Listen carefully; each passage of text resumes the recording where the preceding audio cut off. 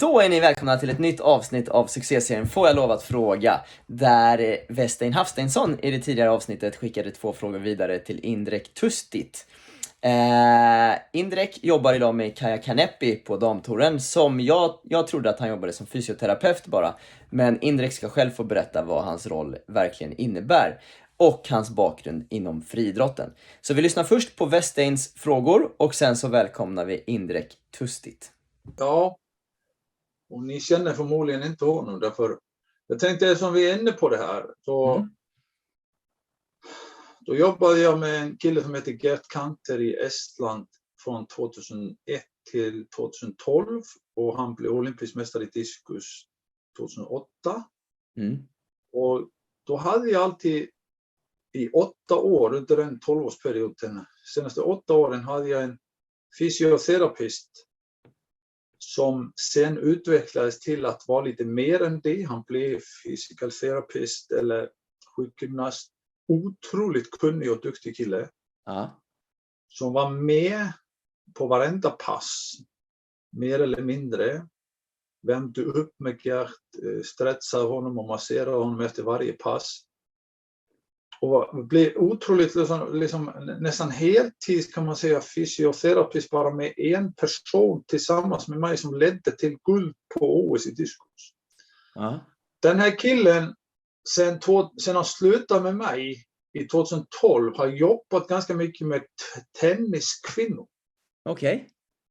Och eftersom han är gammal 400 häckkille, alltså kommer från friidrotten och har jobbat med mig i 8 år och går sen över till tennis. Jobbar fortfarande med friidrott men jobbar ganska mycket med tennis.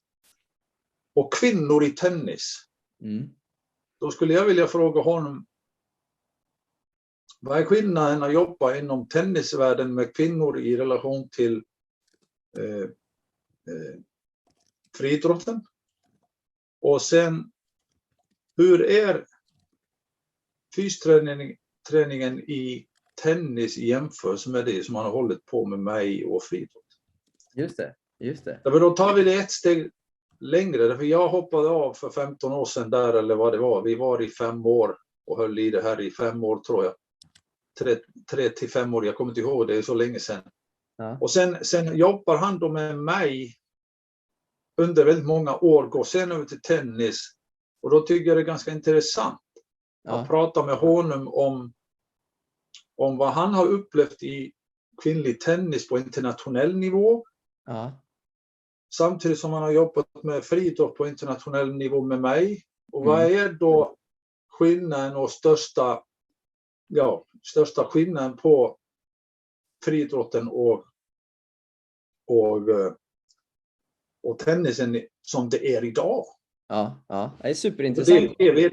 Det vet ingen bättre än han, eftersom han började som sjukgymnast att hänga med tjejer från Ukraina, Estland och andra länder, och sen har han utvecklat det till att skriva träningsprogram till dem. Okej. Så han håller i fysträningen för vissa internationella tenniskvinnor. Men kommer från friidrotten och kommer från ett långvarigt samarbete med mig. Jätteintressant. Vad är det han heter? Han heter Indrek Tustit och kommer från Estland. Okej. Now I'm sitting here with Indrek Tustit. Welcome to the show. Yeah, thank you. Thank you for asking me. We're sitting here because Vésteinn Hafsteinsson in the latest episode of this show chose to forward 2 questions to you, Indrek. But before we get into those questions, can you please introduce yourself shortly and tell us in what way you work with tennis today? Today I work with one Estonian player, Kaja Kanepi.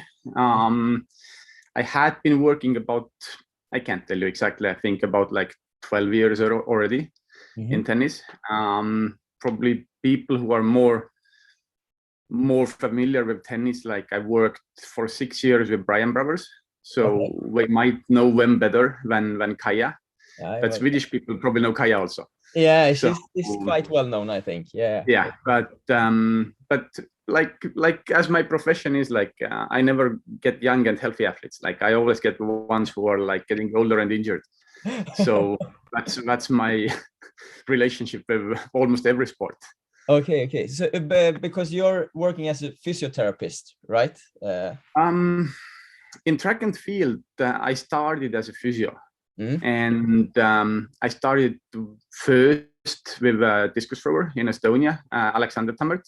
Okay. And when I went and started to work with Gerd Kanter, who was at that time working with Vésteinn. So I think that's why Vésteinn told my name probably somewhere out. Yeah. And we continued with Gerd like for 13 years. Vésteinn was, I think, 7 or 8 years. Okay. And after Vésteinn left, it was 2012. I needed to start to coaching Gerd as well. So it kind of smoothly went over to physio and coaching. So in track and field, I have my athletes, I'm coaching them. Even one Swedish one at the moment, so Kimam. Okay. And tennis, I've been trying mostly because I've never played tennis. Okay. Yeah. Never done almost like one hit. So I'm trying to keep away of coaching, but on tour with Kaya, there is no other coach, unfortunately. So you're the tennis coach as well? I'm not coaching, I'm not hitting. And if there would be like any other player who would come and ask me like, would you coach me? I would say completely no. Okay. But with Kaya, it has been already also almost like 7-8 years now. So, and in a way it has worked out. So like on tour, you don't use a coach as much. No, I see. You use mostly like hitting partners, all the technical stuff I can understand. That's similar in every sport. It's not so complicated. Like it's complicated, but it's not so different. It's but you talk together about the matches and tactics and stuff. You too. Yeah, I do that. Yeah, I've been watching tennis like 25 years, so more than track and field probably. Okay. Interesting. All right. So you're working with Kaya full time at the moment? Yeah. All right. Interesting. So I'm thinking we will get into the questions from Vésteinn. And the first question he asked, what's the difference in working in the world of tennis with women compared to working with athletics, as you told us you have done a lot? Oh, I think if he added the word woman, like I think working with women is always different. It is. You never expect that, like you never know really, like you expect one thing and you're gonna get completely different, like in sports, like it's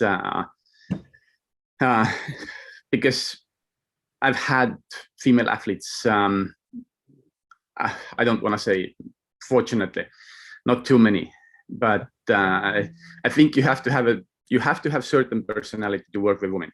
I know like coaches who work only with women and they say it's much easier. For me to work with men, it's completely easier because if I see with a men, you actually know, like you see mostly what they do in a training, you know what their mental state is, what their physical shape is, and you know approximately what result you're gonna get. There is much less emotions aside and like coming in. In women's, you can be in a perfectly well done everything, prepared in a shape. And then the final result turns out a little bit different. And I know coaches who are just probably like very good in managing this part also. So like they get really good results all the time. But overall, if you compare track and field and tennis is much more hectic. In track, like you know exactly the date, the time, the length of a competition, and the place of a competition, and like you prepare. Like the physical preparation is different. It's like a little bit like you have to take out the maximum in the physical part and then put it into your event. In tennis, you don't have to be like 100% in a physical top. If you're around like 85 to 90%, it's good. But then the preparation you can't plan like 3-month cycles, 2-month cycles, and then say like on that day we're gonna be there.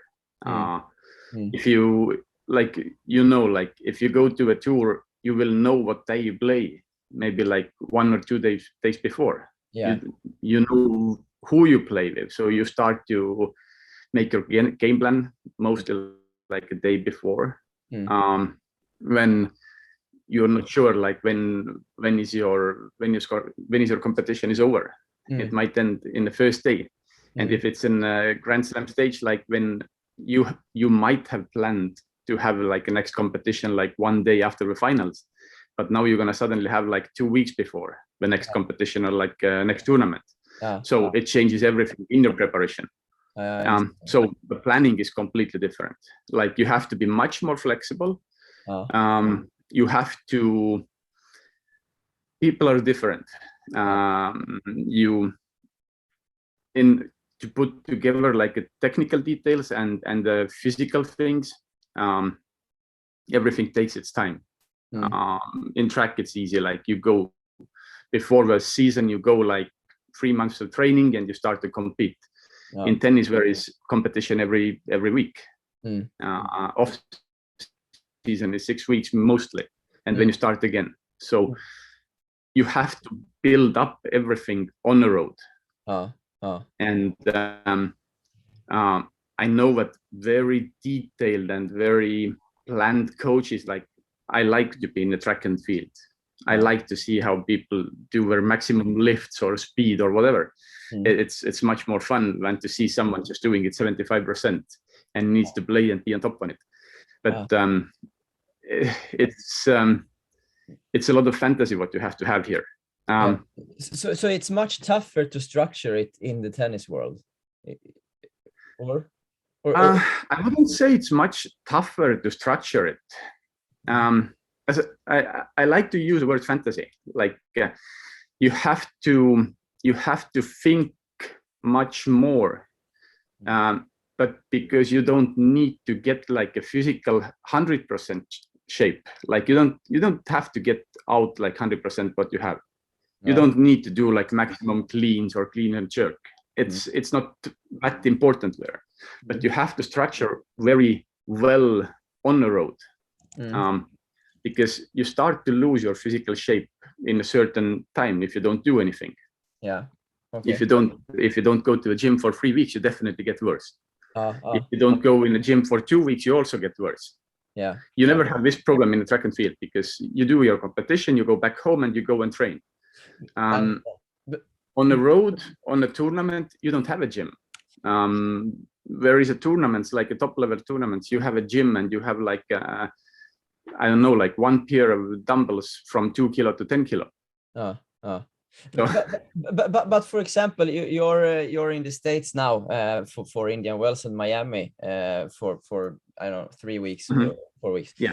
How do you plan to work with the physics during these weeks? Because she obviously wants to perform, but there's not only 1 week away; it's 3-4 weeks in this block. So how do you plan the physics during this time? It depends a bit on the player. As I told in the beginning of the interview, like I see the ones who are more injured and like getting older. So in this case, like it's a lot comes to do with the injuries. Like you start to manage it. When I started with Kaja, like she had like 3 or 4 surgeries already. And like she was basically thinking of quitting. Now she has been still keep on playing like for next 7 years. And like that's the one thing, like you start to manage, like you want to be on the level of not getting injured. The first thing, like the thing with her. And when you count, like in track and field, you count the percentages and time to the tournament and place. You know, like 75% of training doesn't cause you any harm, like 80% causes you like 24 hours or something, like 90% causes you this much loss of time, like up to getting back refreshed. So you count a lot of numbers, and when you do your training session, you're just gonna see like what intensity lifts or training you're gonna do. Okay. And between the matches, there is usually like no day or one day. Okay. On the big tournaments like slams and like Indian Wells and Miami, like you have a day off between the matches. So now it comes on like, I think like what person you are working with. In my case, like if Kaja is a little bit older, like, and recovery is not as fast anymore, we can't work like right every day between the matches, not the physical stuff, but this is more kind of rehab time. Like we go to the gym, we do everything to maintain our healthiness and like all what's needed. And like maybe every third day we go to gym and we do our lifting things, like keep the physical shape. And of course, like you don't go maximum never in this part. And you want to keep the level where you are, not losing it. So when the tournament is over, you don't want to start like 10 or 15% lower than you were, but you want to start from a moment like where you ended up before the tournament. So you build up from this moment. So actually, like during the tournaments, you just want to maintain, not getting worse. That has been my idea. Do you think it would be different if you had a player that was a bit younger, that was still wanting to improve? Yeah, absolutely. It's you can, like the younger ones is easy. Younger ones usually never get injured if they're managed normally. Like if the training program is fine and like you do all the flexibility and rehab okay, and even if an injury comes, like it gets over so fast. Okay. Like with a normal treatment and everything, like they heal much faster. Okay. So for example, like when I started with Garrett, the discus guy, I just give an example. He was 26 at the time. When we ended, he was 39 or 38. Wow. So during this time, like when I started on the 26, he went for 4 half maximum, almost like close to maximum trainings a week. Okay. And it was no problem. Like he was lifting heavy, throwing heavy, lifting heavy, throwing heavy, like 2 days in a row, then a day off, and then goes 3 days more. And it worked out. Okay. When he got 35, we cut down it like maybe like 2 sessions a week, lifting heavy 1, and then throwing twice because he couldn't do more. Otherwise, he was injured or tired all the time. Okay. So like you cut it down like from 5 times a week to 1.5 times a week.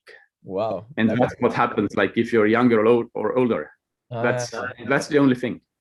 I understand. And younger ones, and that's why I say like maintenance is a main thing. Like if you're getting older, like if it would be like a 22 or 21-year-old, and if game schedule or match schedule would be okay, you would probably go to the gym like right after a match. If you have a day, if you have a match like in not the next day, but a day after, you're gonna have a rest between, or like a little bit hitting between, or like a tennis session between these 2 days. But the gym you do probably right after the match, because like in this way you save yourself hormonally. You are in a better level. Go right in a gym. You save a day rest in between. You get fresher, and you can go. I would go much higher intensity in a gym also, and you can probably get better during the tournament, not maintaining. Wow. How much time do you guys spend like on treatments and taking care of the body to make sure you're healthy now during, for example, these tournaments? Treatment is daily. Like treatment is every day. Depends on how good is a body at the moment, like, but goes between like 1 hour to 1 hour 15 minutes. And even on a day off, we check the things what we see are the problems.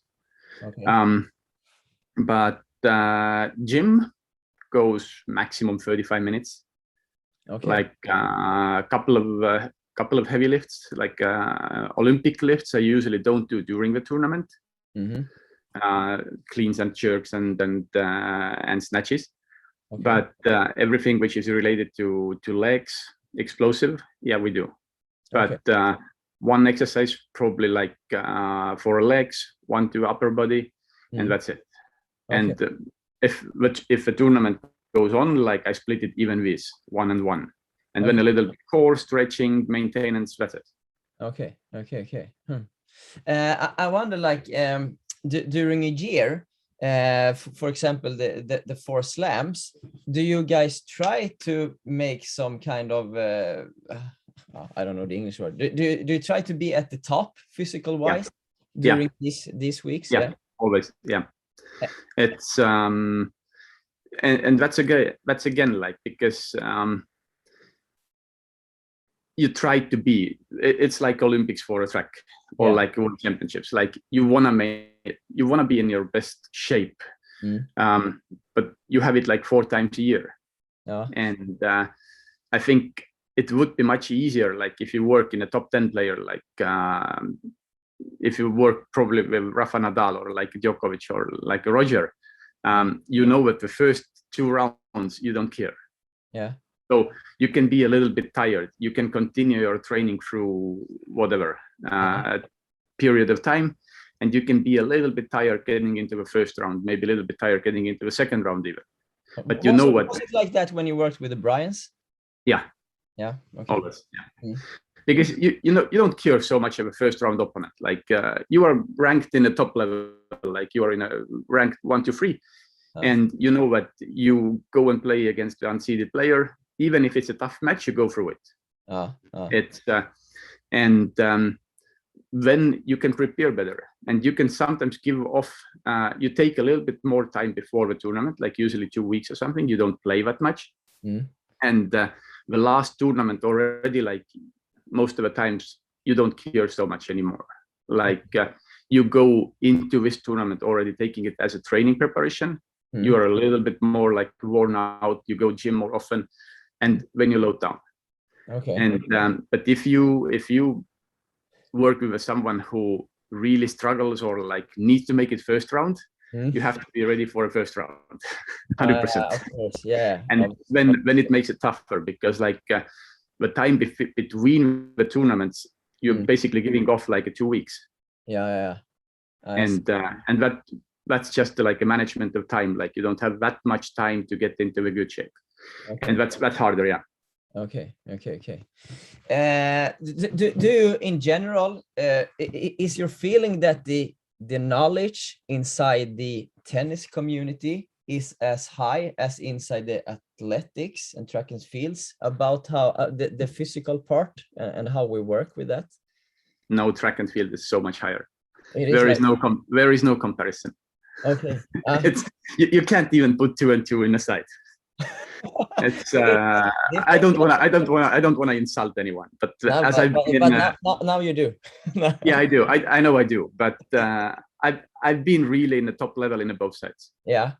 And I know what they do, and it doesn't mean that it comes to 100% in tennis. Like if I go to a tour, like the people like Rafa and Novak and Roger, like, and the top people, they have very good people around them. I don't know, are they smarter than the top coaches in the track and field, but they are not worse anyway. And like top people always have a top people aside.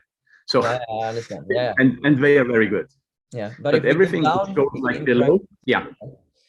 But to make it like top 20, or like let's say like top 20 in track and field, you have to have really good coaches around you.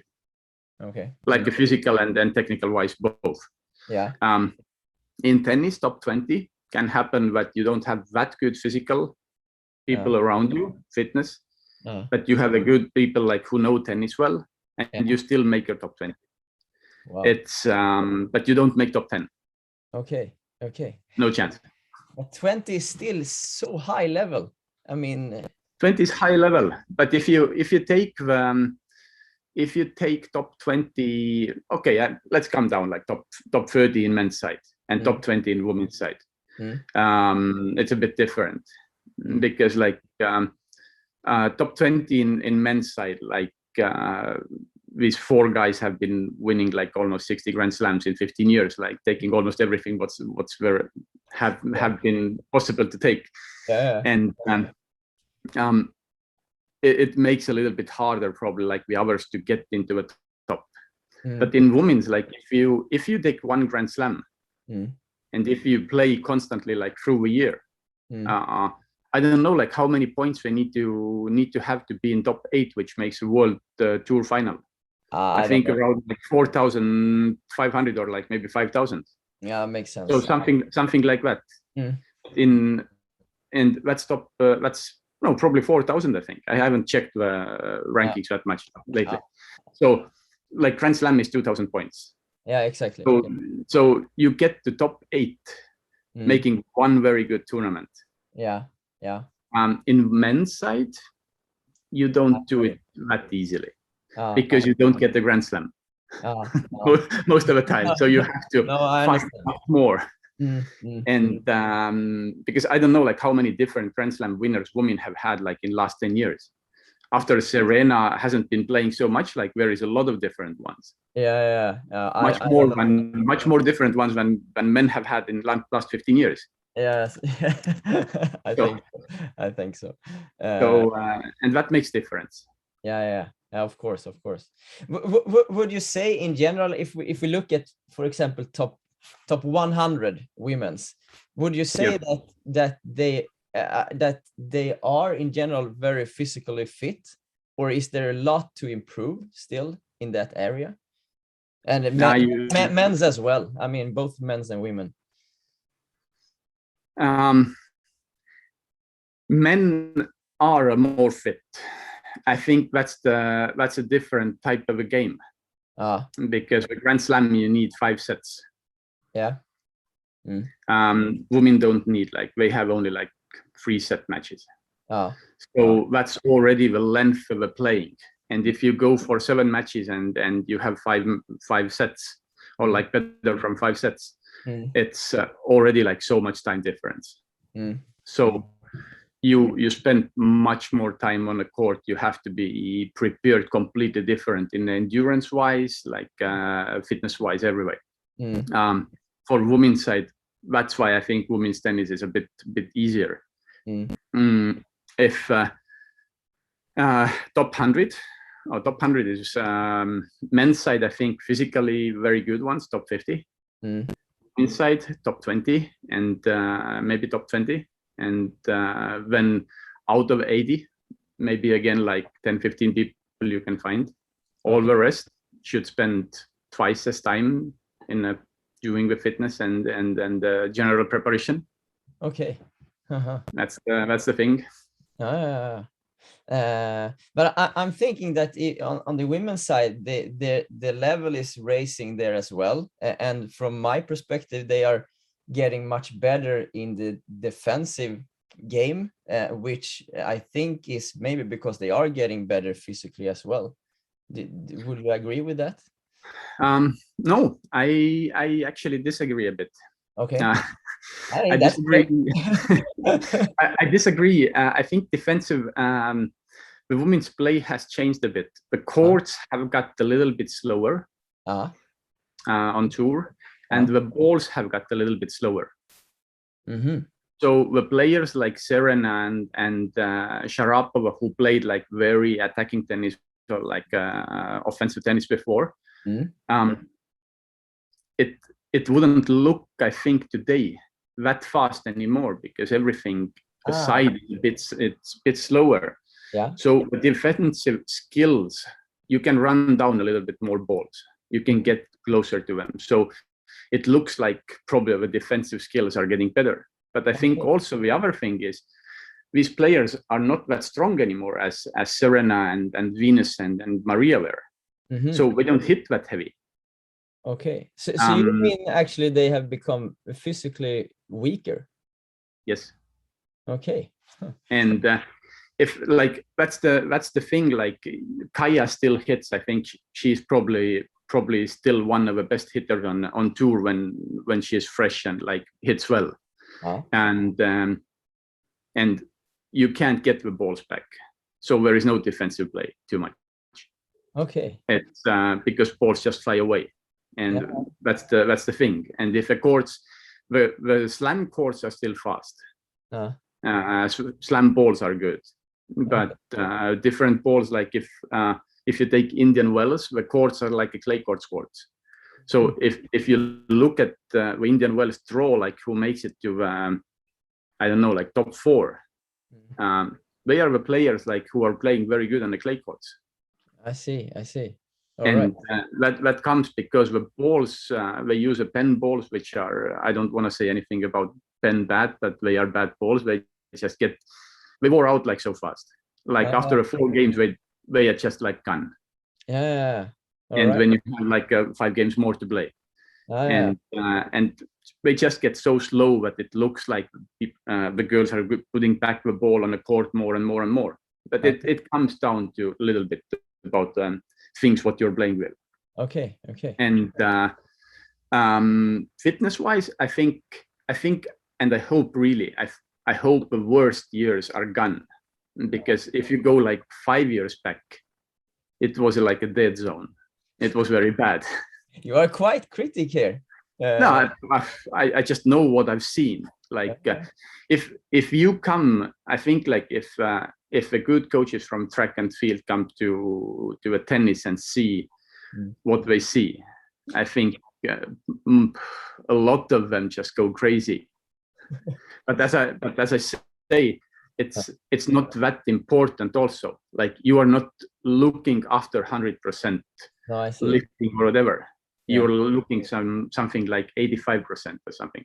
But the tougher the competition is, the small percentage can make a big difference as well. Yeah, and that's like if at the moment, like in a women's side, like Maria Sakkari and Iga Swiatek are playing the finals today in Indian Wells, and I would say like Sakkari is probably the fittest player on tour.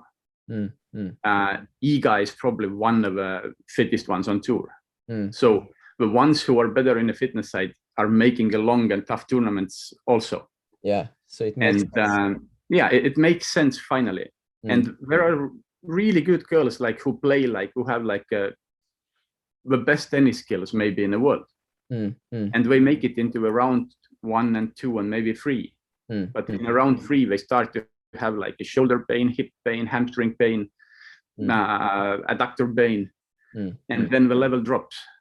But these little minor aches are actually all coming from because you're not fit enough to go through 2 weeks playing every second day and training between the days. And then after the tournament is over, you take your time, not so much of training and getting better in tennis, but more kind of rehab. I see. And that's the problem. Like you stay in the level, and between the 2 tournaments, you get maybe back to a level where you were in the beginning of the last tournament. But if you're 21, you want to get up. You want to get better every day. I understand. And that's the problem. I see. I would like to go back just shortly to what we talked about in the beginning when I asked about the difference between working with men and women. You said that with the women, it's more emotions involved. Was it the same when you worked with track and field? Or is it like, do you feel that's something special in tennis that it's a lot of... No, track and field is the same. It's the same? It's the same. Yeah, there is no difference. Okay. Like, I know, like, I don't know exactly, like, I haven't been working with so many women, but I think it's almost in everyone in track and field. Maybe there is always exceptions, of course, but there is always a lot of emotion related things. Like if they are in a really good mood, like they do incredible things, like it's and when something is just what's not good in that day, and like you can see incredibly bad things, like the things what you never expect to see. But when you just go through it, if you have been working mostly with them in the beginning, and like when you get your first female athlete, it's pretty tough to understand what's happening. And like for me, it took a few years to understand. I think there are the good or the very good coaches probably get through it much faster and don't care. We just say, okay, it's a day like this, and like we manage it, and like we go tomorrow and we try better and better and better. And for me, it took more time because I think one thing, what was like, I had worked probably one of the perfect athletes, like who everyone can find. It was Garrett. He just told what to do. He did, never complained. The only thing, like when he complained, like when he had a little bit injury, but when he was upset that he couldn't train.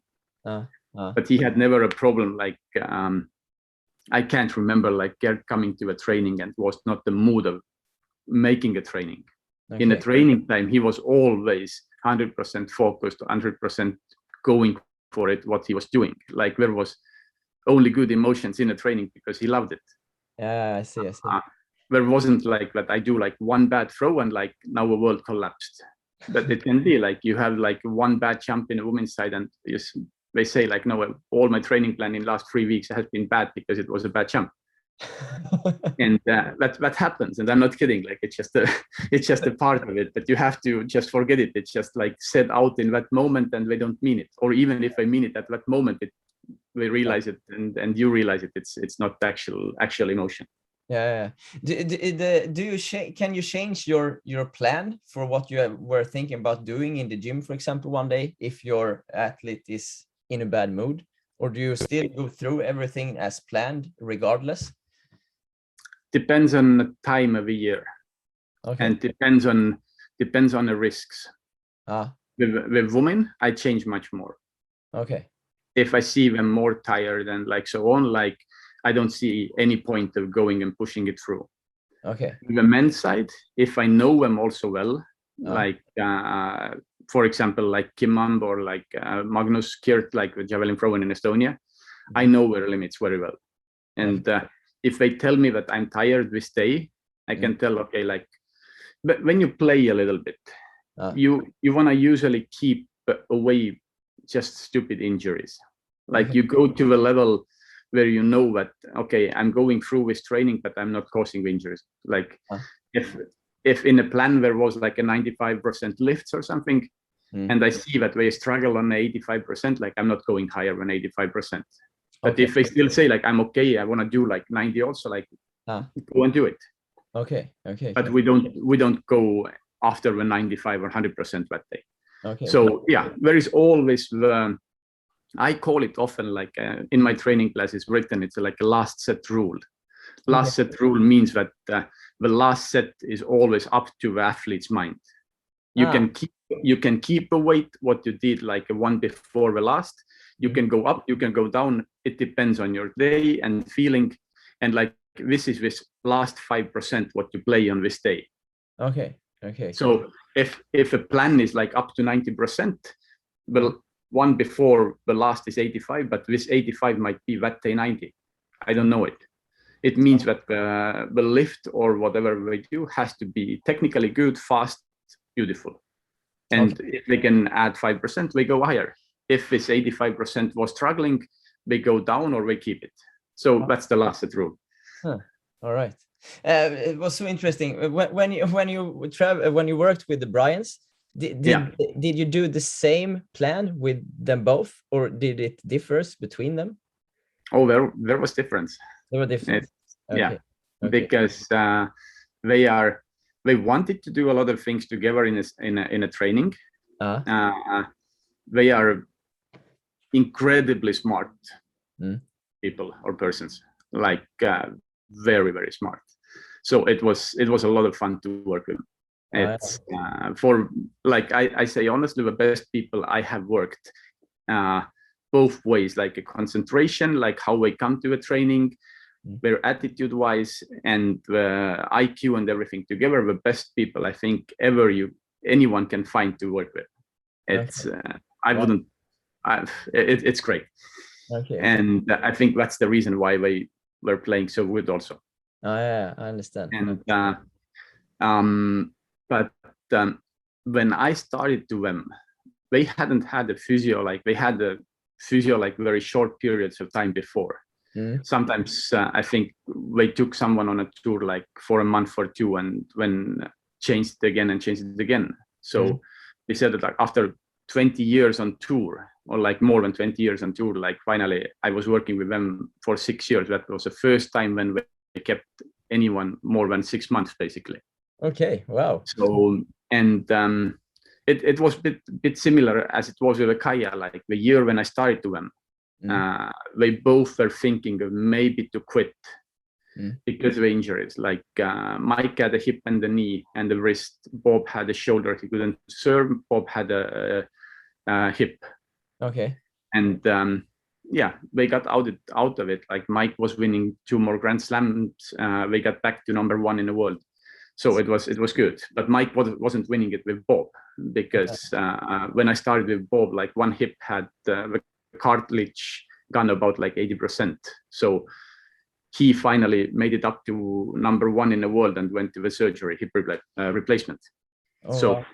And during this time, Mike was playing with Jack Sock and was winning like two more Grand Slams, which was very unfortunate to Bob, because like they just had made it back to number 1, and when he needed to quit, well, not quit, but like pull out for a certain period of time.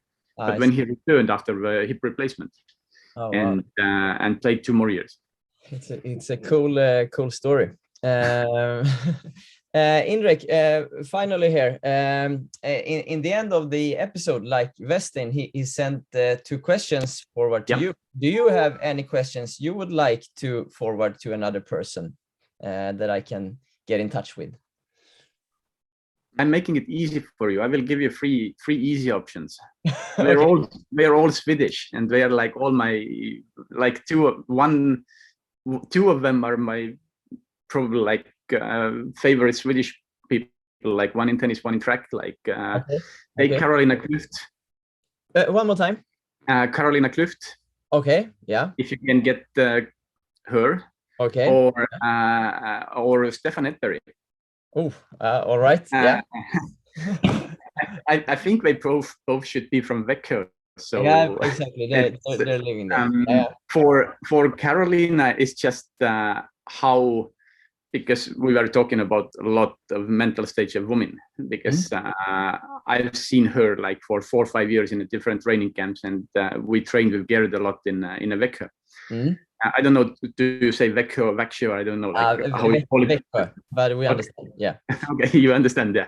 So I think she was probably, in women's side, the best athletes I've ever seen. Like a calmness all the time, like how she was acting, like on the competitions, like how concentrated, how really like fired up, and how calm outside of a training and competition. Like there is like a 2 different persons. Like, is it like her nature, or is it like something to do whatever, like a childhood, or like the mental stage, or like a psychologist, whatever. And also training, also the training, like what she has been doing, like what she thinks is women's training different from men's, and like, do you have to play more with the weights and planning? And of course, like if you get Stefan Edberg, like he has been before Roger and these guys came, like he was my favorite player to watch. So just ask why he was so good. And like, because I think the Rogers game, after he was helping or like coaching Roger, I liked the Rogers plays the most. Like his net play was completely different, and I think maybe even if he didn't have like the best results, like with Edberg, he definitely, everything what he got from him, like he has been using like 10 years later, like when he got the next coach. So I think like a mix and match of this just made him so much better player. And if you take his age also, which is not easy to manage that time anymore. So how much Edberg thinks that his fitness level and everything was different from the players today, and what he thinks about like the balls and courts, how much these have changed, and especially the rackets. The rackets are completely different nowadays. Yeah, for sure. Yeah, and it's good questions. Yeah, these are two people you can try. I will give it a shot. I think we are many that would think it would be super interesting to hear Stefan talk about it. He has so much experience, and like you say, so popular player back in the days. So yeah, we will see if I can reach out to him for sure. Okay. Indrek, it was super fun talking to you. Thank you so much for taking your time. Thank you. I really appreciate you asked me for this. It was a lot of fun. Ja, det där var ju superkul avsnitt tycker jag, att få prata med Indrek. Och det var ju två saker som jag verkligen fann fascinerande. Det ena är ju när det han säger, att han tycker att den fysiska nivån på damspelarna har blivit lägre. Jag har ju haft en uppfattning att damerna blir starkare och starkare fysiskt, medan han menar att bilden bland annat jag har då av att spelarna är bättre i defensiva arbetet och defensiva positioner på banan har med bollarna och banorna att göra, att det går långsammare. Att de därför ser ut att hinna med och spela bättre i defensiven. Det var ju en del som jag tyckte var väldigt intressant. Och sen den här delen som kanske inte är superoväntad, men att det är stor skillnad på det fysiska arbetet och kunskapen mellan tennisen och friidrotten. Och nu pratar han ju ändå om världsnivån. Han snackar om topp 20. Och då tänker jag, om vi går ner i rankinglistorna på tennisen det är knappt vi vågar prata om det kanske. Sen är jag också lite rädd att Indrek dödade succéserien här när han skickar frågorna vidare till antingen Stefan Edberg eller Carolina Klüft. Men vi får se vad jag kan göra med det här, eller hur vi tar det här vidare på något sätt. Är det någon som... men vi får se helt enkelt hur vi tar det här vidare. Men jag ska göra mitt bästa. Och tack för att ni tittade idag. Vi hörs oavsett vad snart igen.